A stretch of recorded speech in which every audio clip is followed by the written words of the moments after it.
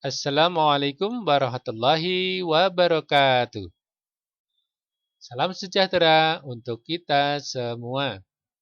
Selamat berjumpa di channel Mari Belajar Mudah, belajar matematika, materi, garis, dan sudut bagian 1. Untuk mendukung pembelajaran ini, silahkan tekan like sehingga berwarna biru dan subscribe di bagian bawah pojok kanan sehingga tulisan berubah menjadi hitam. Supaya kalian mendapat notifikasi untuk video pembelajaran berikutnya. Dan semoga menjadi amal jariah bagi kita semua. Amin.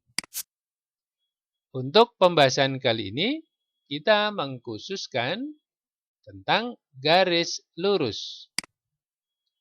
Apakah yang dimaksud garis lurus itu? Iya, garis lurus adalah himpunan titik-titik yang banyak tak terhingga, yang berderet tersusun bersinggungan sedemikian hingga saling menyambung antara satu titik dengan titik yang lain membentuk kurva lurus.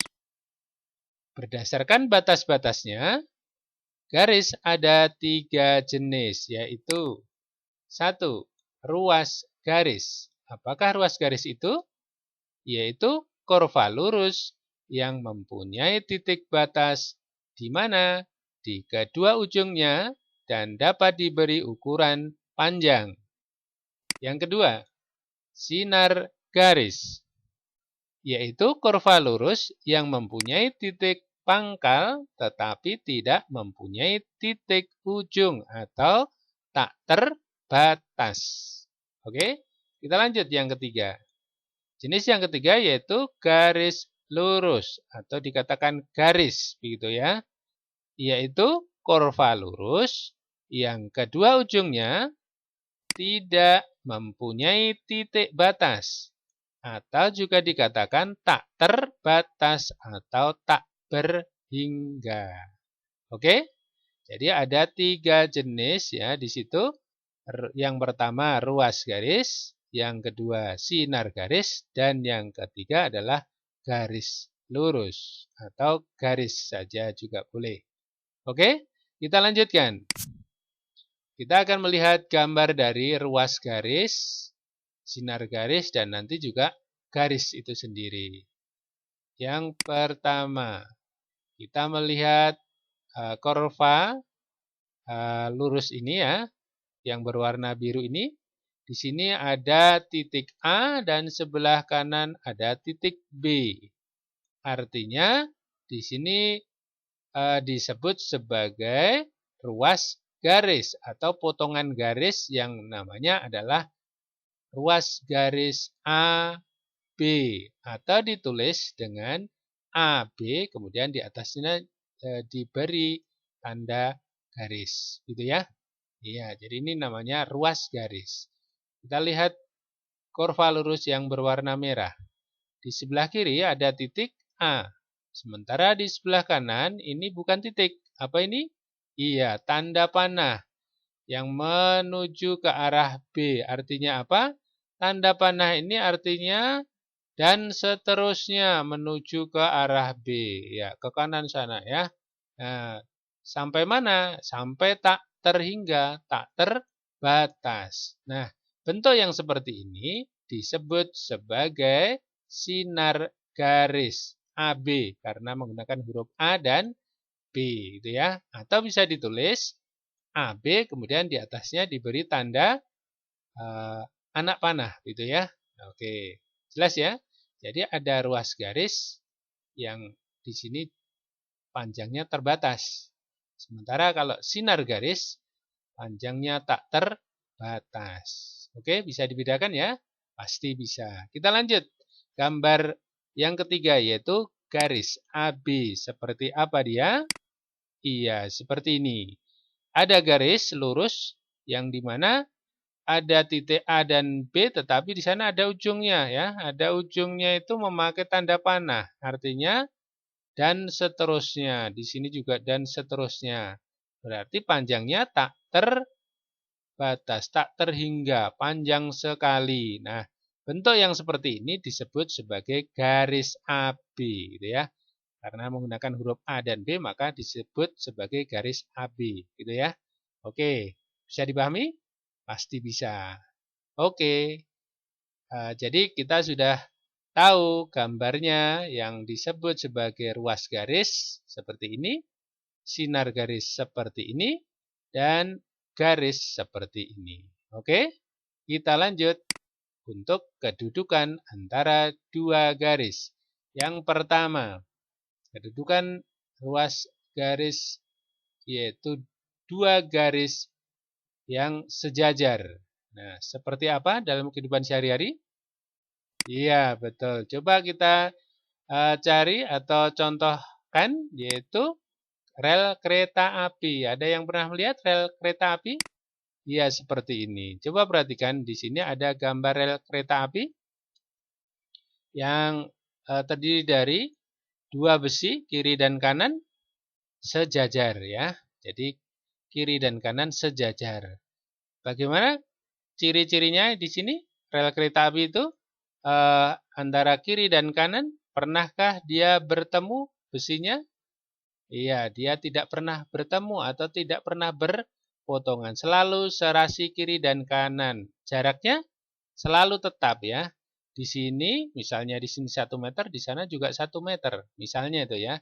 Di sana juga pasti juga 1 meter. Nah, itu selalu berjarak sama atau tetap. Gitu. Kemudian arahnya bagaimana? Arahnya juga sama. Nah, di sini yang kiri dan kanan arahnya sama ya, selalu serasi, sejajar gitu ya. Nah, itulah contoh dua garis yang sejajar dalam kehidupan sehari-hari. Kita contohkan adalah rel kereta api. Bisa dipahami ya? Pasti bisa. Kita lanjut. Coba kita artikan dari dua garis sejajar tadi ya, yang dicontohkan sebagai rel kereta api. Kalau kita ditanya dua garis sejajar adalah, nah maka kita bisa menjawab atau menerangkan bahwa dua garis yang tidak mempunyai titik pertemuan atau perpotongan dan berjarak sama dan arahnya sama. Kayak gitu ya. Itu adalah definisi dari dua garis sejajar. Bisa dipahami? Oke, pasti bisa. Kemudian di sini garis sejajar atau lambang sejajar itu bisa dituliskan dengan apa? Dengan garis miring, yaitu seperti ini. Ya. Jadi ada tanda garis miring double. Nah, ini merupakan lambang sejajar. Misalnya seperti apa? Misalnya ada garis K dan L itu sejajar, maka bisa ditulis seperti ini. Ya. Jadi K garis miring double L. Itu dibaca K sejajar dengan L. Contoh lain misalnya garis M dan N sejajar, maka dapat ditulis M garis miring double N. Ini juga dibaca M sejajar dengan N. Gitu ya. Ya. Bisa kita lihat gambarnya seperti apa? Coba kita lihat di sini ada garis K dan L ya yang tadi dikatakan sejajar itu seperti ini ya. Misalnya di sini miring ya. Ini juga miring dan di sini ada tanda apa ini? Tanda anak panah yang arahnya sama. Maka kalau ada dua garis yang diberi tanda anak panah dengan arah yang sama, maka kedua garis itu sejajar. Jadi di sini K sejajar dengan L. Demikian juga contoh yang kedua tadi yaitu M dengan N. Kedua ujungnya di sini ada tanda panah yang arahnya sama. Berarti garis M itu sejajar dengan N. Gitu ya? Oke. Bisa dipahami? Pasti bisa. Kita lanjut untuk kedudukan dua garis yang saling berpotongan. Nah, contoh dalam kehidupan sehari-hari apa ya? Ada yang tahu kira-kira? Iya, perempatan jalan. Coba kita lihat. Nah, ini ada dua jalan yang arahnya berbeda di sini ya. Nah, dari sana ke sini, yang satunya dari kiri ke kanan di sini ya. Nah, akhirnya di sini menjadi perempatan. Nah, misalnya ini garis ya. Ini juga garis, maka dia akan bertemu atau berpotongan di sini ya. Di satu titik tengah di sini ya. Itu adalah contoh dalam kehidupan sehari-hari, yaitu garis yang berpotongan diwakili oleh jalan tadi ya. Jadi dua jalan yang berbeda arah, dia berpotongan di perempatan jalan. Oke, coba kita definisikan apa itu arti dari dua garis berpotongan. Ada yang tahu? Iya. Dua garis berpotongan adalah dua garis yang mempunyai satu titik pertemuan atau persekutuan. Selanjutnya, satu titik persekutuan tersebut dinamakan titik perpotongan. Oke, misalnya ada garis G dan L berpotongan di titik P, maka dapat digambarkan sebagai berikut. Nah, ini seperti ini. Coba perhatikan. Di sini ada garis G dan satunya garis L. Berpotongan di mana? Di P atau di titik P. Nah, cuma di sini titiknya diperbesar agar apa? Agar kelihatan gitu ya. Sebenarnya titik perpotongan tidak sebesar ini gitu ya. Karena ini kita mempelajarinya lewat layar, HP atau di laptop sehingga di sini kita perbesar agar kelihatan gitu ya. Sebenarnya tidak sebesar ini gitu ya, agar hanya agar lebih jelas gitu ya. Nah, contoh lain seperti ini, misalnya ada ruas garis IJ dengan KL berpotongan di sini. Nah, di sini ada titiknya, cuma nggak diperbesar ya, hanya diberi tanda panah ini ya. Ini merupakan titik potong. Nah, maka dua ruas garis ini juga dikatakan saling berpotongan. Sudah paham ya? Ya, pasti paham ya. Kita lanjut. Oke, untuk kedudukan dua garis yang saling bersilangan. Ya, contohnya adalah jalan layang. Siapa yang pernah melihat jalan layang? Biasanya di kota besar ya, ada jalan layang. Seperti apa? Coba perhatikan di sini. Iya, di sini ada gambar jalan layang. Coba kita zoom agar kelihatan. Nah, di sini ya. Di sini ada jalan yang paling atas ke sana arahnya. Di bawahnya ada jalan yang dari sana ke sini, gitu kan? Nah, di sini banyak jalan yang kelihatannya berpotongan tetapi tidak berpotongan ya. Jadi arahnya beda tetapi tidak berpotongan. Kenapa? Karena letaknya berbeda. Satu di atas, satunya di bawah. Nah, jalan layang inilah yang merupakan contoh garis bersilangan gitu ya.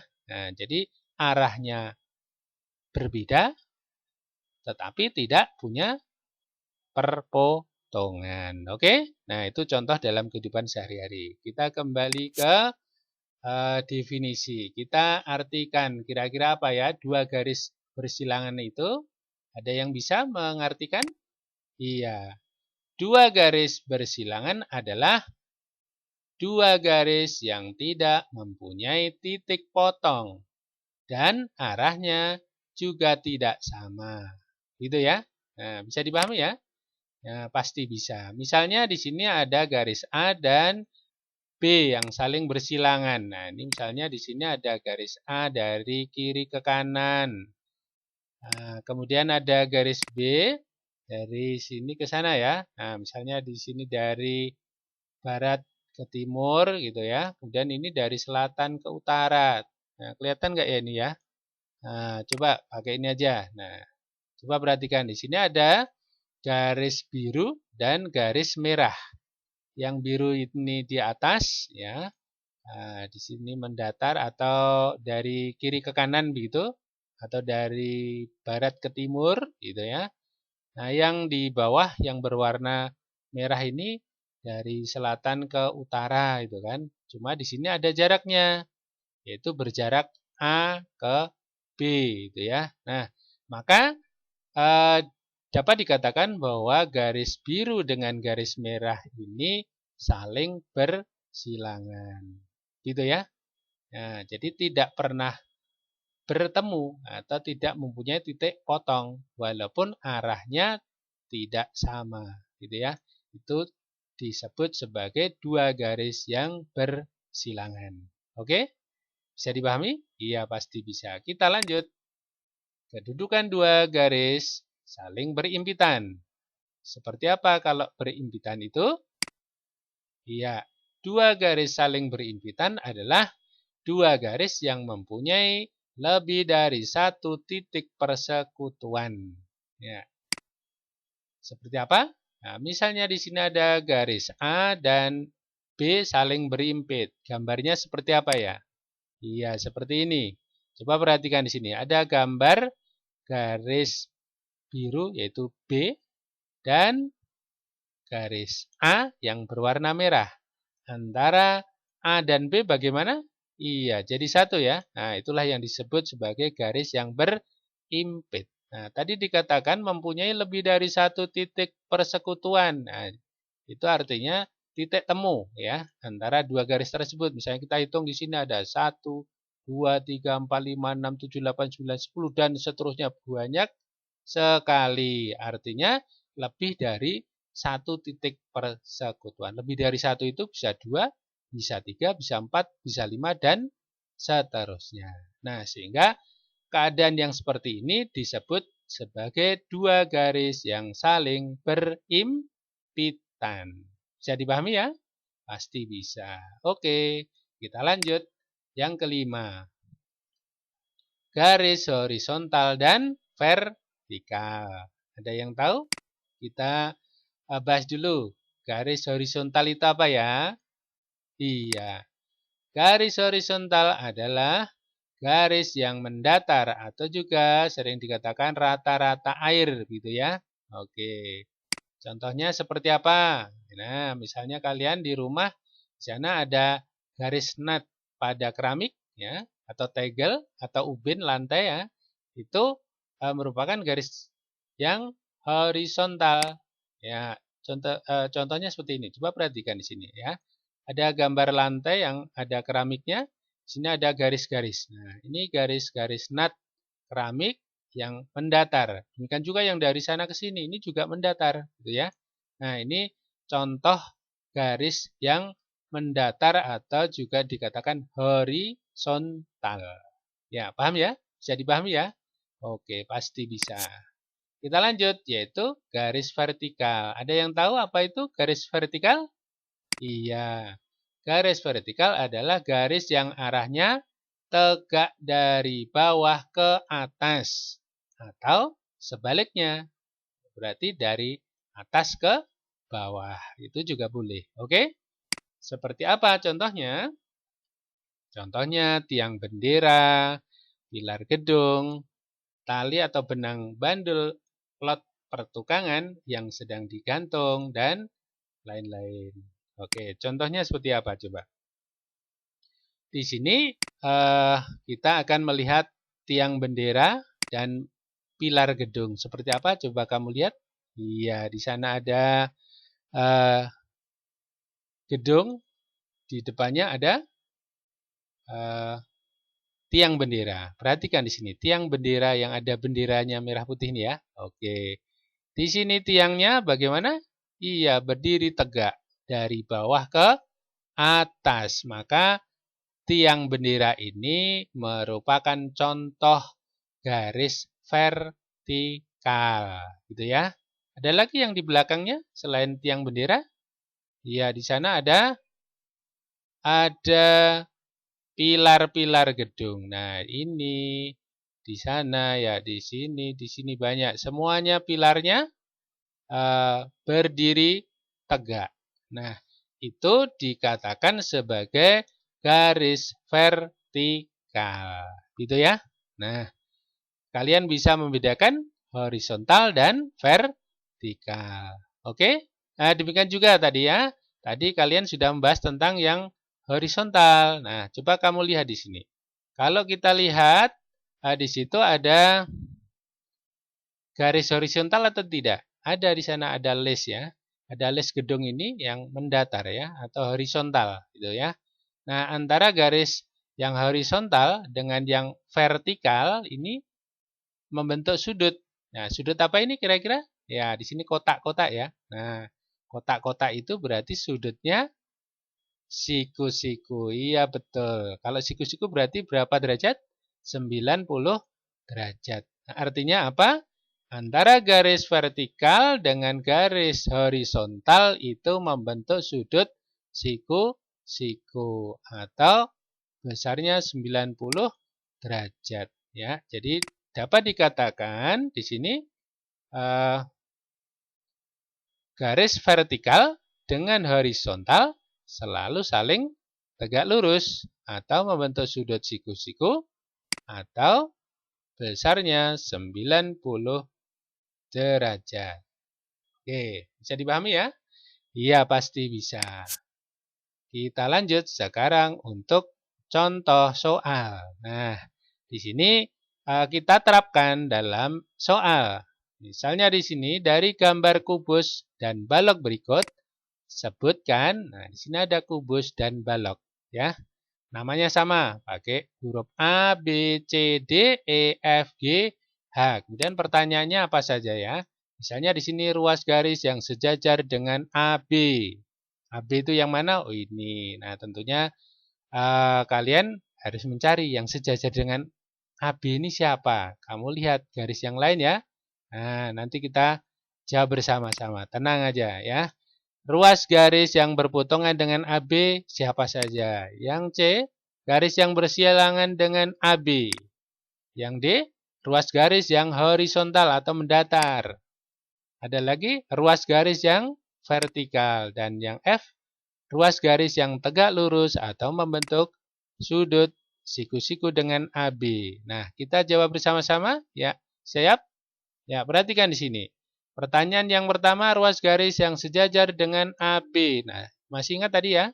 Garis sejajar itu arahnya sama dan berjarak sama. Kemudian tidak mempunyai titik perpotongan. Nah, di sini yang sejajar dengan AB kira-kira siapa saja? Iya, betul. Di sana ada garis CD atau DC juga boleh. EF atau FE ya. Atau HG atau GH. Ya, jadi 1, 2, 3. Dan sebenarnya ada 4. Sudah ditulis AB, maka yang lain tinggal nulis CD, EF, dan GH.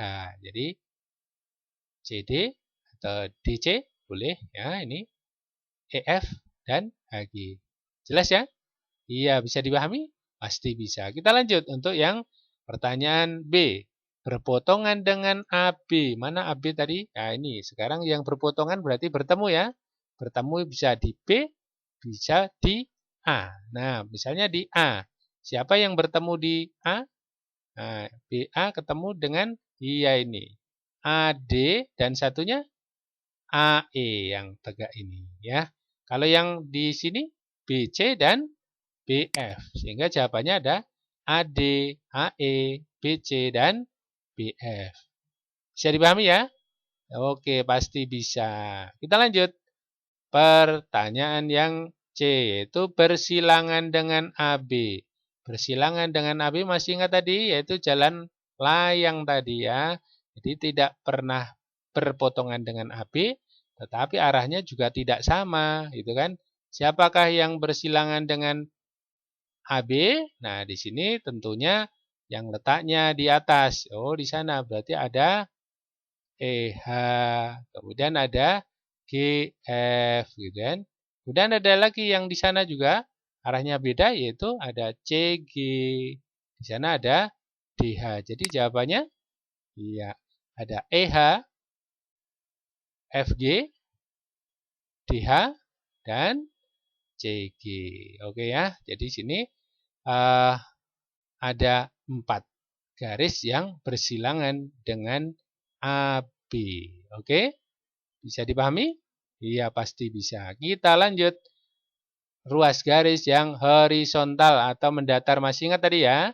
Horizontal atau mendatar. Nah, lantai berarti ya. Oh, ini lantainya di sini. Di sini ada keramiknya. Garis-garis yang mendatar yang mana? Oh iya, ini pasti ada AB, BC, CD, dan AD atau DA boleh. Ini yang di bawah ya. Jadi garis yang di bawah itu ada AB, BC, CD, dan AD. Nah, apakah hanya itu aja? Bagian atas bagaimana? Nah, bagian ternit. Nah, ini juga ada. Ada yang mendatar kan? Iya, jadi sini ada EF, FG, GH, dan HE. Berarti jawabannya iya, EF, FG, GH, dan HE. Ada berapa yang mendatar? Oh, ternyata di sini bawah ada 4, atas juga ada 4, sehingga ada 8 garis yang mendatar. Oke? Oke, kita lanjut. Pertanyaan E, yaitu ruas garis yang vertikal. Apa tadi yang vertikal?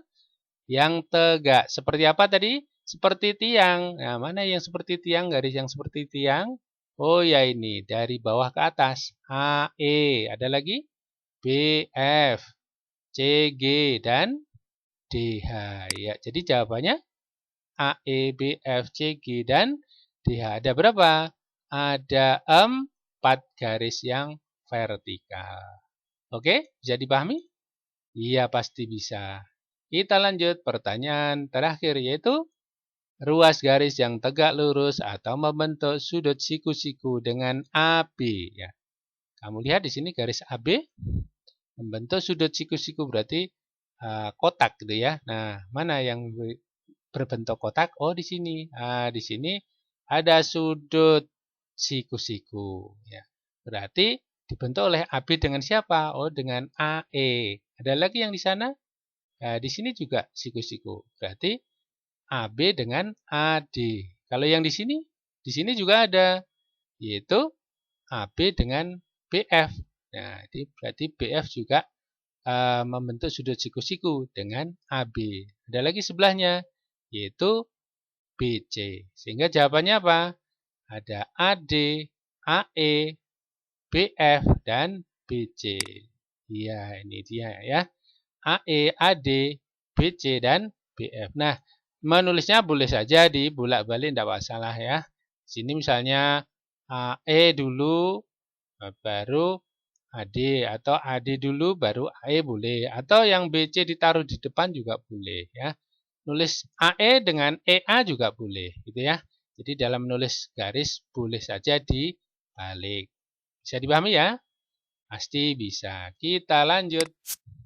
Latihan mengerjakan soal. Nah, coba perhatikan dari gambar balok berikut, sebutkan. Nah, baloknya mana? Ini dia. Ya, mirip tadi kan? Gambarnya sama, hanya hurufnya yang berbeda, yaitu namanya balok adalah KLMNOPQR. Oke? Nah, pertanyaannya mirip. Nah, cuma ganti saja nih ya, huruf dan letaknya saja. Yang A, ruas garis yang sejajar. Silahkan ditulis jawabanmu di kertas atau di buku tulismu. Silahkan ditulis, nanti kita cocokkan dengan kuncinya ya.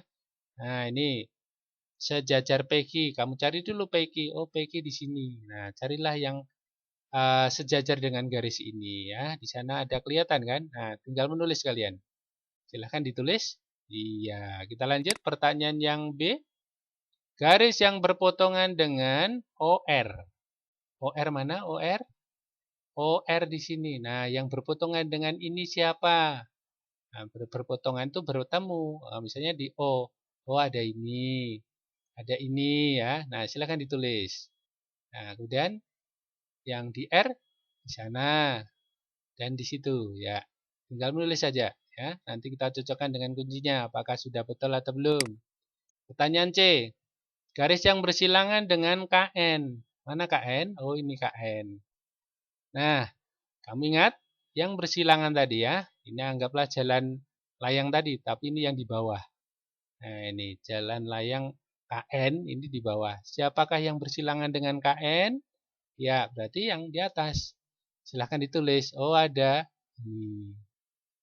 Ada ini ya. Nah, jadi tinggal nulis saja, nanti kita cocokkan. Ada lagi yang lain? Apakah hanya dua? Ada lagi yang ini dan yang ini. Tinggal nulis. Silahkan ditulis. Boleh dibulak-balik nulisnya, boleh. Ya, oke. Kita lanjut. Untuk pertanyaan yang keempat. ruas garis yang horizontal atau mendatar. Nah, yang mendatar tadi, lantainya tadi. Nah, coba lihat di sini, namanya apa ini? Silahkan ditulis. Ini, ya, ini. Berikutnya ini. Berikutnya ini. Ya, ada 4 kan? Yang di bawah, yang di atas? Itu. Terus yang itu. Terus yang itu. Terus yang itu. Silahkan ditulis. Oke? Nah, nanti kita cocokkan. Yang ruas garis vertikal. Masih ingat vertikal? Iya, yang tegak. Tiang tadi ya. Nah, kamu lihat ini. Dari K kemana ini ya? Silakan. Nah, silakan ditulis. Ini. Silakan ditulis. Iya. Iya. Sudah? Oke, pasti sudah.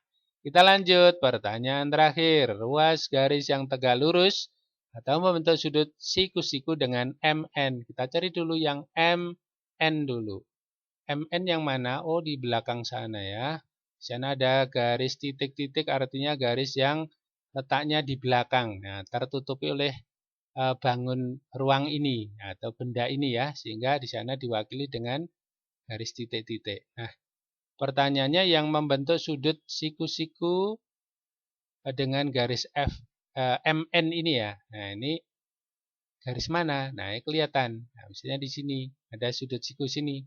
Maka garisnya adalah ini yang satu ya. Nah, ada lagi yang bawah.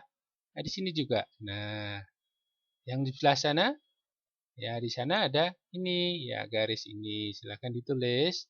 Yang satunya ini. Ya, sudah. Jadi, jawabannya, kuncinya. Bagaimana? Sudah siap? Kita lihat kuncinya. Yang A, jawabannya adalah ini. Bagaimana? Betul? Iya, betul. Yang B? Iya, cocokkan dengan jawabanmu. Oh iya, betul lagi. Oke, yang C? Iya, betul lagi. Yang D? Iya, ini ada berapa? Ada 4 yang di bawah. KL, LMN, MN, dan KN. Oke, apakah itu jawabannya? Iya itu, tetapi baru separuh ya. Yang atas ya, ada OP, PQ, GR, dan OR. Nah, yang E, yang vertikal, ada KO, LP, MQ, dan NR. Bagaimana? Betul? Betul. Ya, kamu hebat pastinya. Oke, kita lanjut. Yang terakhir, garis apa? Iya, bagaimana? Betul? ML, MQ, kemudian NK, dan NR. Bagaimana? Betul? Oh iya, betul. 100 untuk kalian. Oke, pintar. Ya, akhirnya terima kasih. Semoga kalian sukses semuanya. Selalu semangat belajar. Karena dengan belajar, sesuatu menjadi mudah. Sampai jumpa di pembahasan berikutnya.